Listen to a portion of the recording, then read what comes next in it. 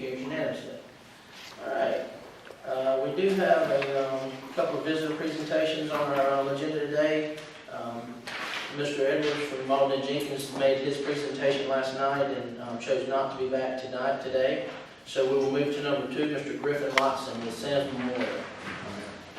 Thank you, Mr. Stevens. Mr. Chairman, thank the county commissioners for allowing me to have a few minutes to present this.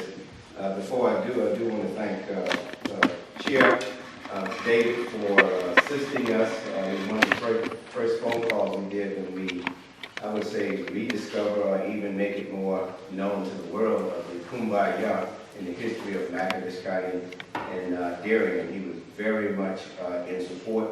My mentor for a long time, Commissioner Charles Jordan, which knows a lot about the history of the Gullah-Geechees and a lot of the history of McIntosh County.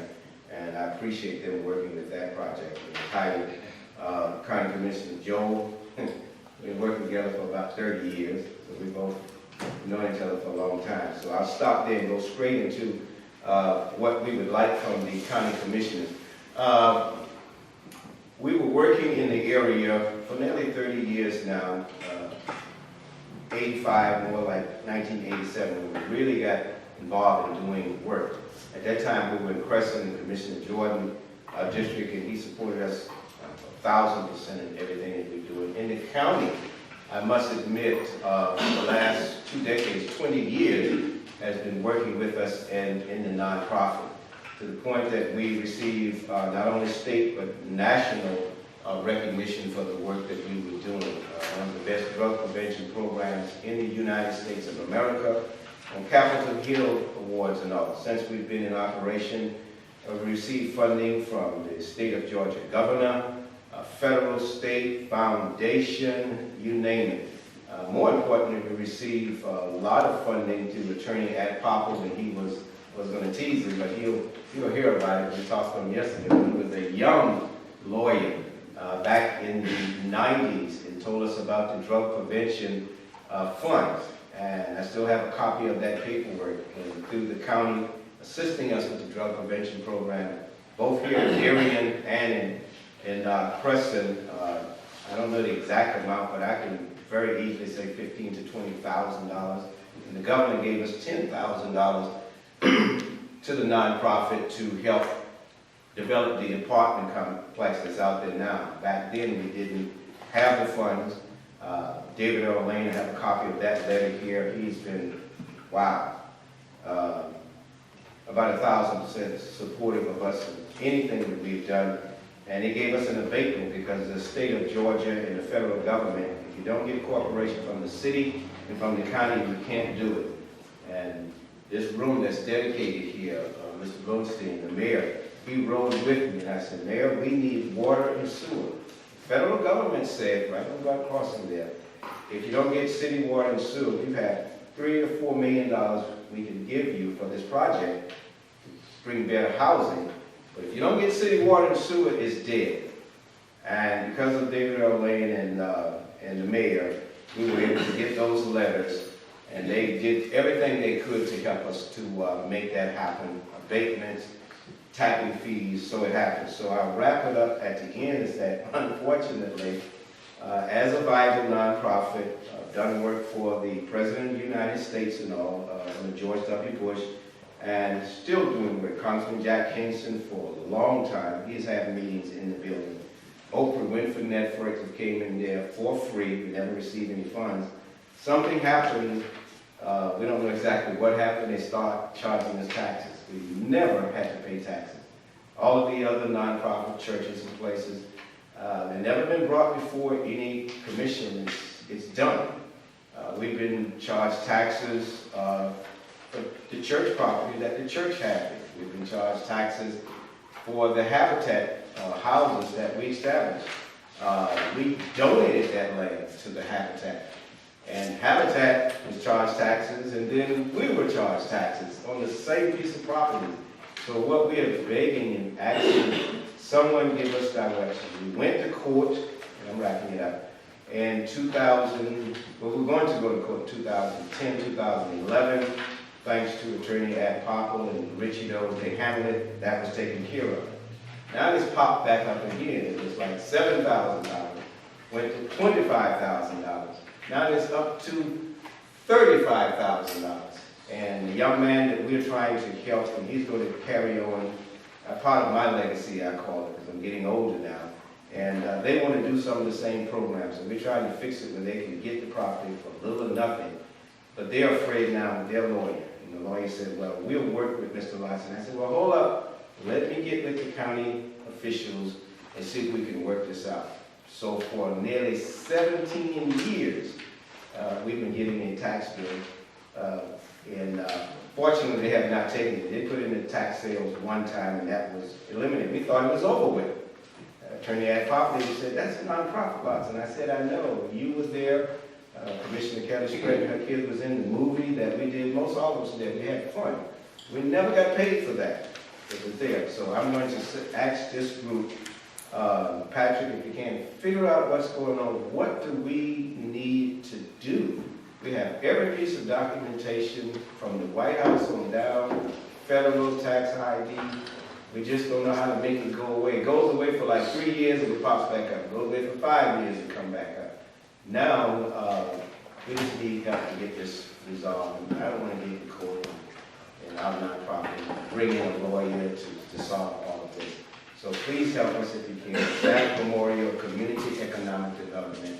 We've been serving this community for many years, and we hope that we can get this resolved. Thank you, Mr. Chair. Thank you. All right, that wraps up our visitor presentations. There are no public hearings, so we'll move into old business. Under old business, we have something we had postponed to vote on last month, is to consider adopting a new personnel policy. We've had this before us for a couple months now. We discussed it in detail last night at great length at our workshop. There were a couple of changes that needed to be made, so I'll let the manager speak on that, and we'll be prepared to take action on that in just a minute. Yes, sir. As we've mentioned in the last couple meetings, our old personnel policy was done in 1994, and there's several antiquated things. And Commissioner Spratt found a few more things in the new policy that were a little antiquated, so we went back and changed those last night. In section 6, we changed reporting to the chairman or appropriate supervisor to the county manager. And then in section 16, on an appeal process for discrimination, we changed it from a 3-member hearing committee consisting of the county manager, the commissioner with oversight and responsibility of the appealing authority department, and the chairman of the board of commissioners shall conduct the hearing. And that now reads, the 3-member hearing committee consisting of the county manager, the HR director, and the chairman of the board of commissioners or his or her appointee to conduct the hearing. So those are the 2 changes that we made last night. Is it S on this section? That was under section 16. And then if the employee is still not happy after that hearing, then it goes in front of the whole board of commissioners. And that way the board of commissioners has the final say so in every. Okay. Any other questions or comments on the personnel policy? I have one. I mentioned this to Mr. Zapps this morning. It's about,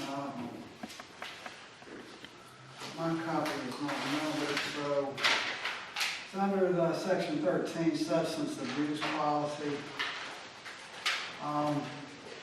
It mentioned down here the types of testing and random and periodic drug testing. I asked Mr. Zapps if we did any random drug testing, and he said, no, we hadn't been. I think we do when we hire someone, and occasionally we do if there's a cause. But I like to request that we see, and it could be that the expense could be monumental. I don't know. But I know with some of the companies I work with, they have random testing, and I appreciate it. Because I knew that nobody else working with me, beside me, was under the influence of anything. And, I mean, boys will be boys sometimes. And personally, I'd like to see if we can't at least take a look and do a little research and see how expensive a little program like that would be. Our current policy doesn't allow for us to do random periodic drug screening, but this one will. This one will. Right, the only time we do them under our old personnel policy was with pre-employment drug screening, and then if there was reasonable suspicion or if they got in an accident on the job. Right, but this new one does Yes, take sir. it random and periodic drug tests. Yes, sir, that is correct. And I would love for us to take a step further and just take a look and see what something like that would cost the county. And not, you know, I mean, you wouldn't have to do it often, That's right. but as long as the employees knew that there was a possibility there. I'd just like to do some research on that, and if you can get back with us and let us know what you find. Yes, sir. Thank you. Any other further discussion on personnel policy or questions? Would someone like to offer a motion to accept? Make that motion? Motion by Commissioner Spratt, is there a second? A second. Seconded by Commissioner Watson. Any further discussion? Yeah, this policy, every employee will be under this new policy once we accept it. So why is it that? All employees under my supervision, now constitutional officer, they can have their own policy. Yeah, right. That's it. But they still will be governed, all constitutional officers still will be governed by this policy. Not unless they adopt our policy also. They can adopt whatever policy they want to, the sheriff's department, the magistrate, the clerk of courts, they can all adopt their own policy. Most of the time, they use ours, but they have the option not to. My thought, a feeling is that this policy is good, but it should be for new employees, not the old.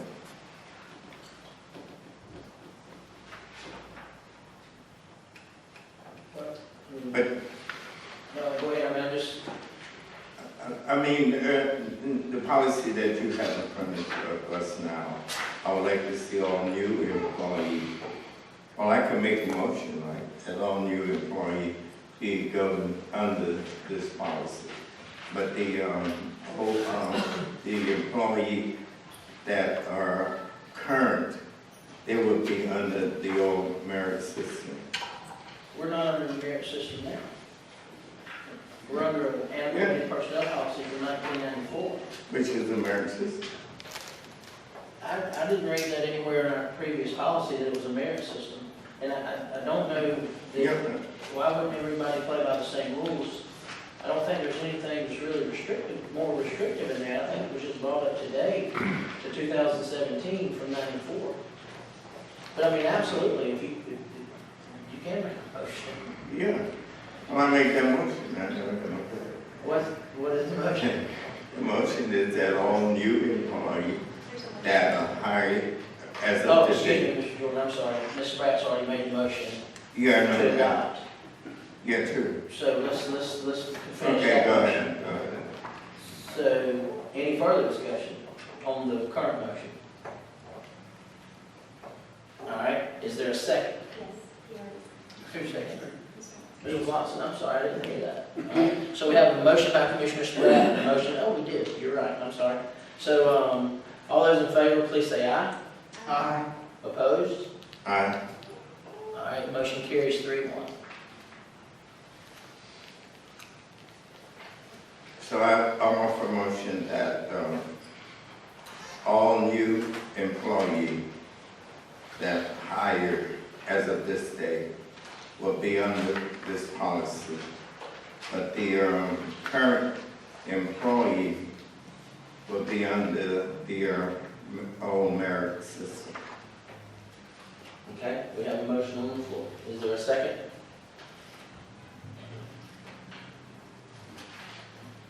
Okay, motion dies for lack of a second. Okay.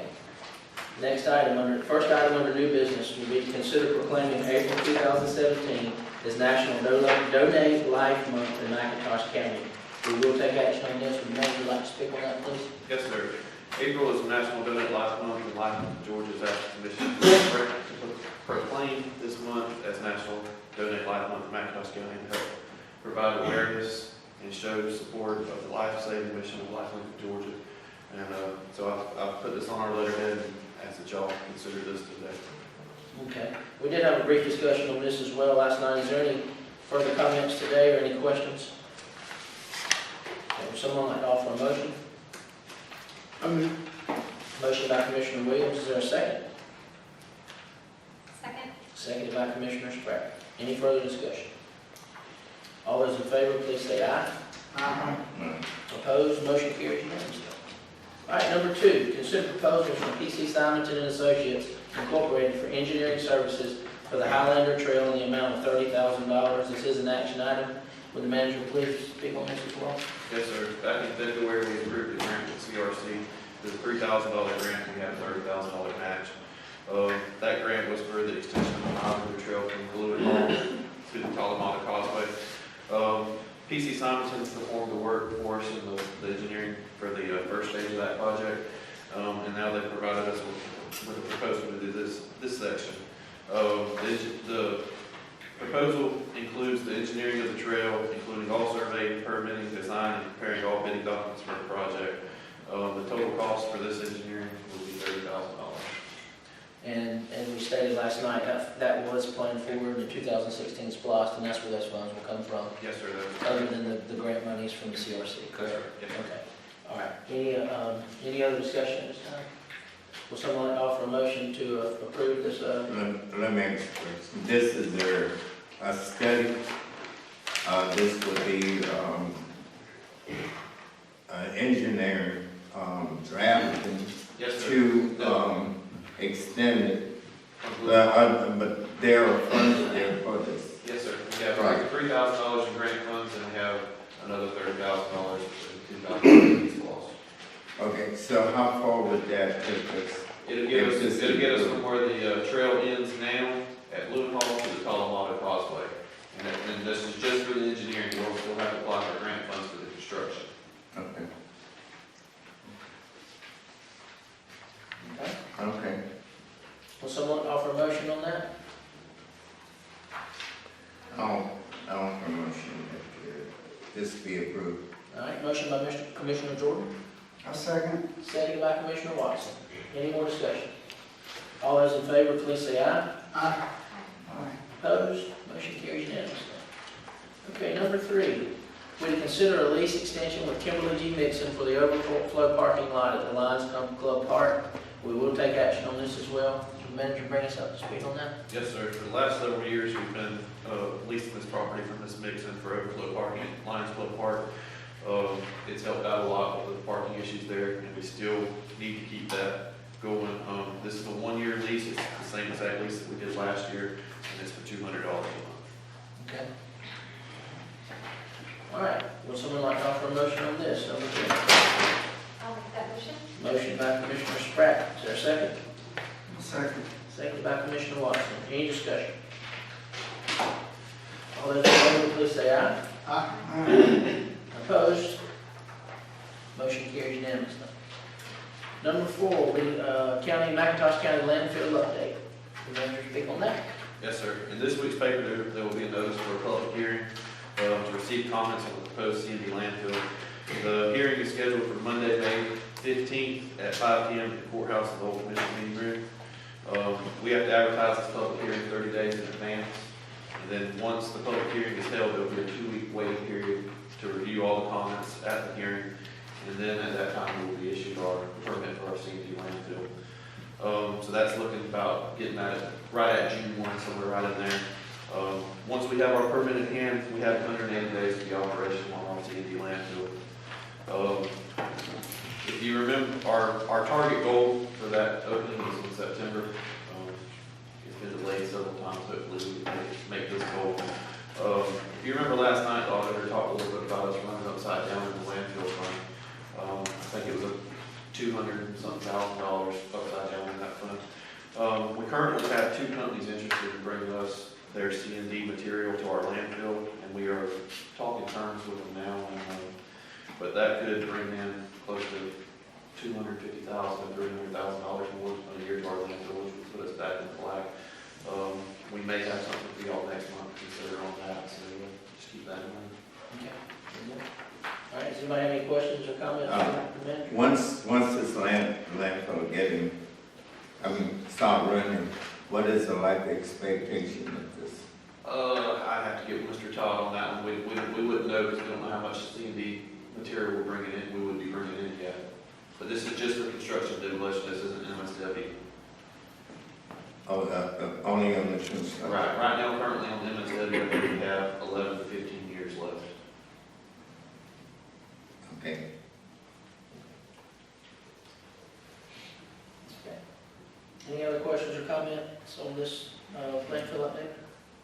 I would just clarify, because I know we throw terms around a lot, but it's the construction and demolition landfill that we've been talking about for a couple of years. But the idea is that we will provide a place for people to bring that type of debris, which not only keeps it out of our landfill MSW, correct. and extends the life of our landfill, which, as our auditor reported, is in the red. But this is a really excellent plan to turn that around, as the manager stated. But it also gives us a revenue stream that we've never had before. That's also unique for this region. And the manager mentioned last night that there's already a couple of companies that are interested in bringing that type of material here. So it's a very fiscally responsible way to manage that landfill and provide a service that's not available at this point. I don't know where the closest one is. C&D. Camden. Okay, so that's great. We've got all this land, and the requirements are not the same. It doesn't have to be lined and that kind of thing because it's inert material. It's not hazardous in any way. It's not going to leach in the soil. It's just basically what you see when you've got construction and demolition. So I think it's great that the manager's moving forward on this, and it'll directly address, the one kind of glaring part of our audit that's slightly out of whack. Thank you. Not very technical. All right, that's it. All right. There's no action on this. No action. All right. The last item under new business would be to consider rescheduling the May 2017 regular monthly meeting. We will take action on this. There was some discussion last night to possibly move that from the second Tuesday to the second Wednesday, and having a 9 a.m. workshop and a 10 a.m. meeting. What is the date of that? I'll make the motion. Okay.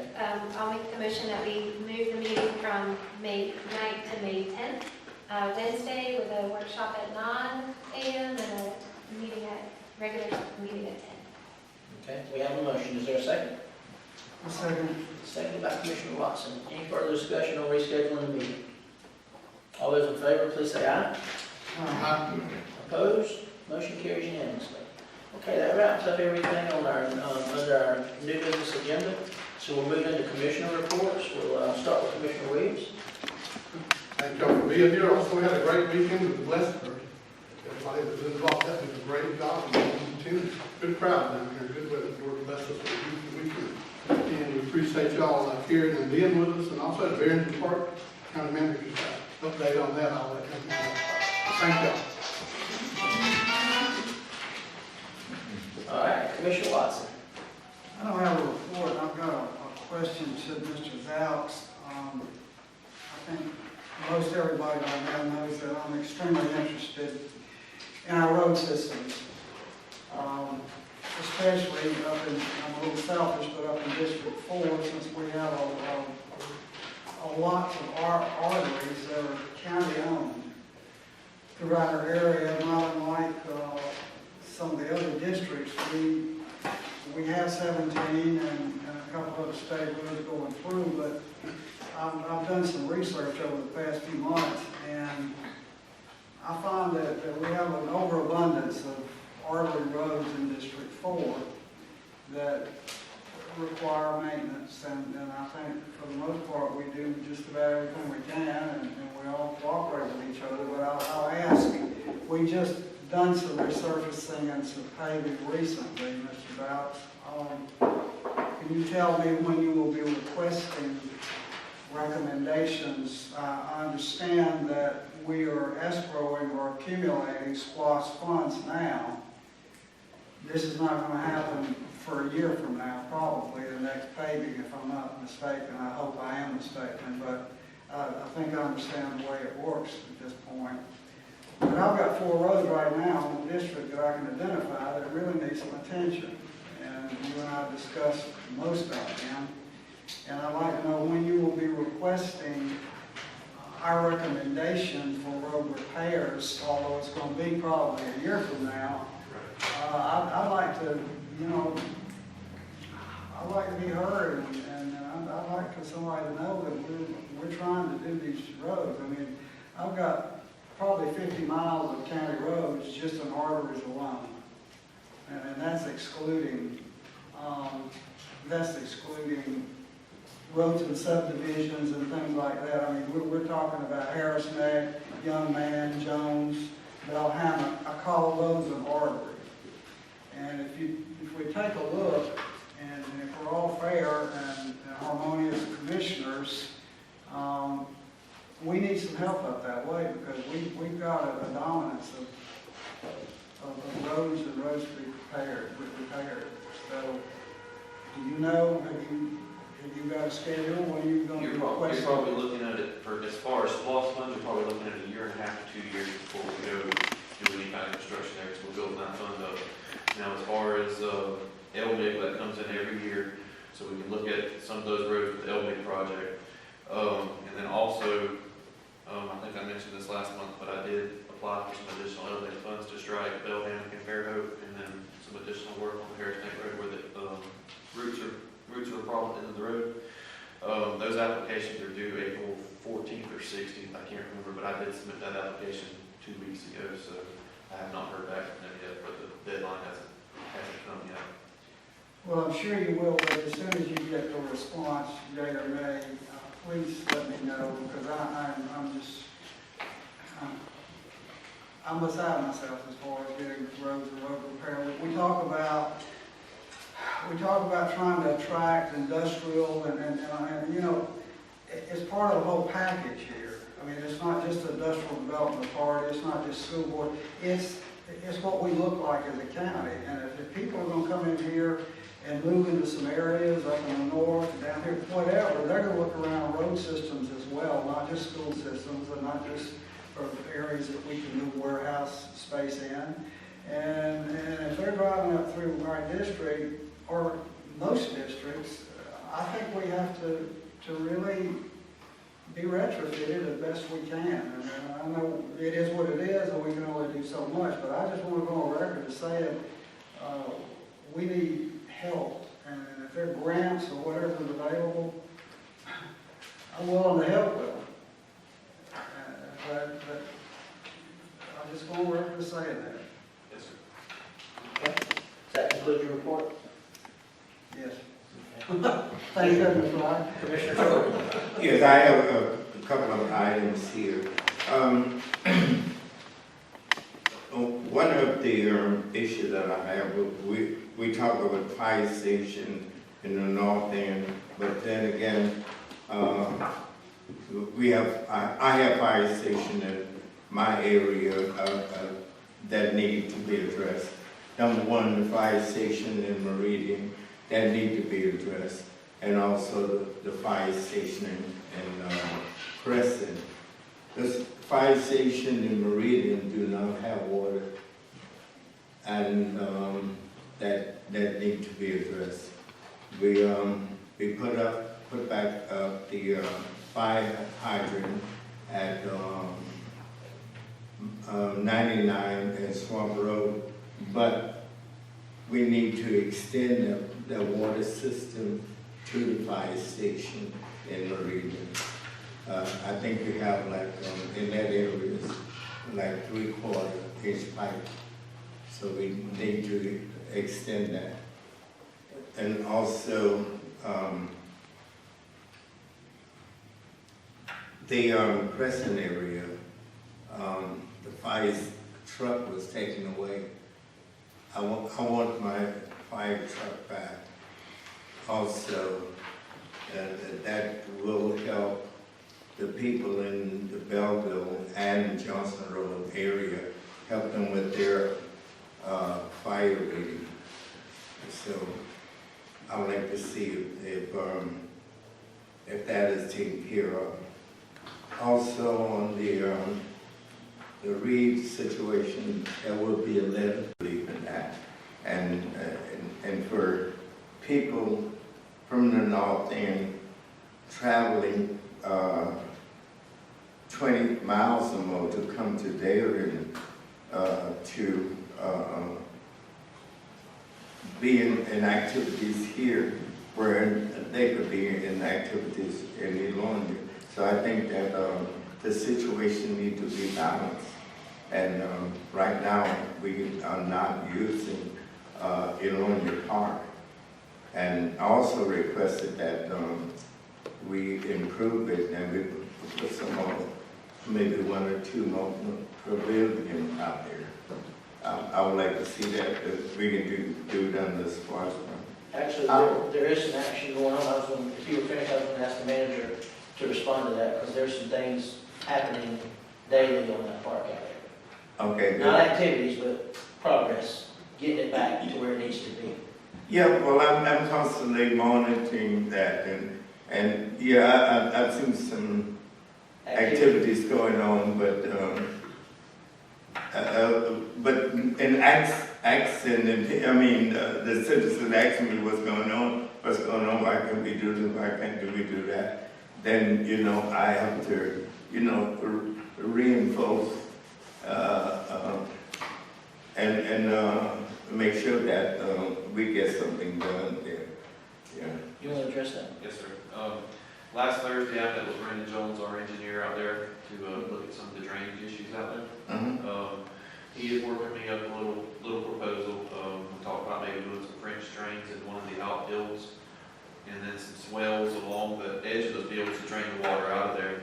Our plan right now is just to do one field and see if it works. If it works, then we would go to another field. Me and Sean this afternoon are meeting a contractor out at, first we'll meet here at the bathrooms at the courthouse to look at those.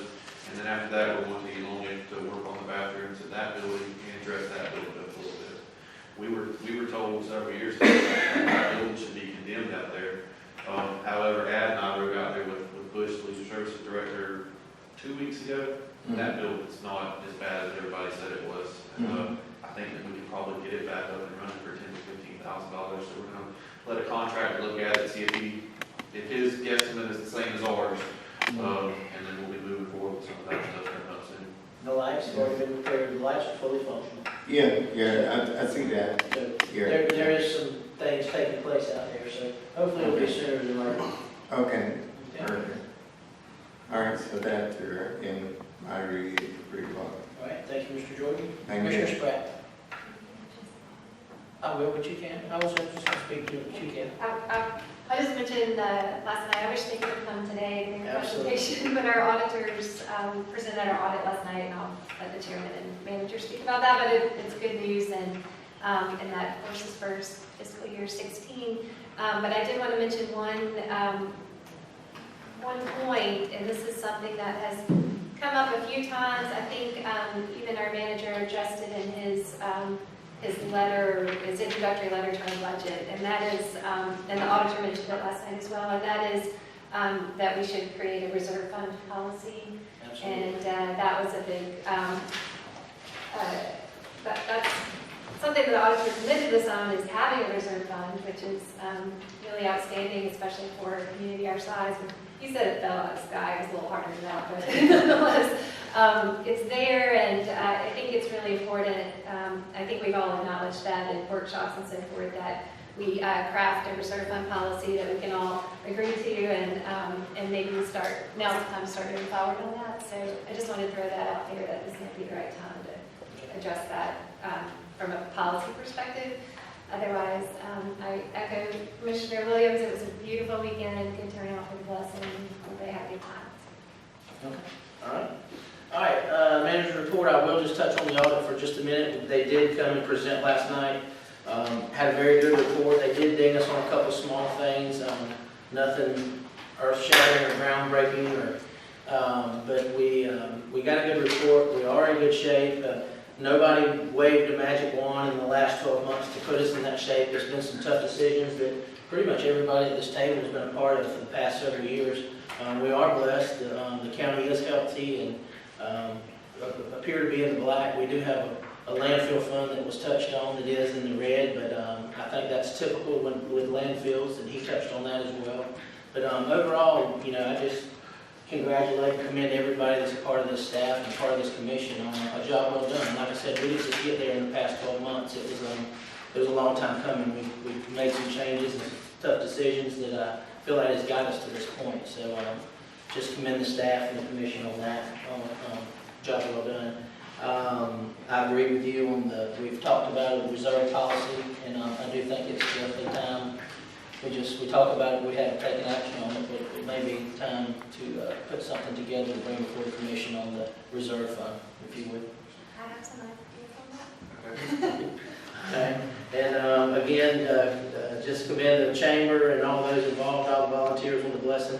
I had to be out of town, was not a part of it, but I heard that it was a very nice event, well attended, and everything went well. So just thank them for the hard work they put in every year on that. So, and that'll conclude my report. County manager. Yes, sir. It's not my written report, but I'll start out with reserve fund policy. Have not started on the policy yet, but we have a healthy reserve right now, and we really needed that when Hurricane Matthew came on.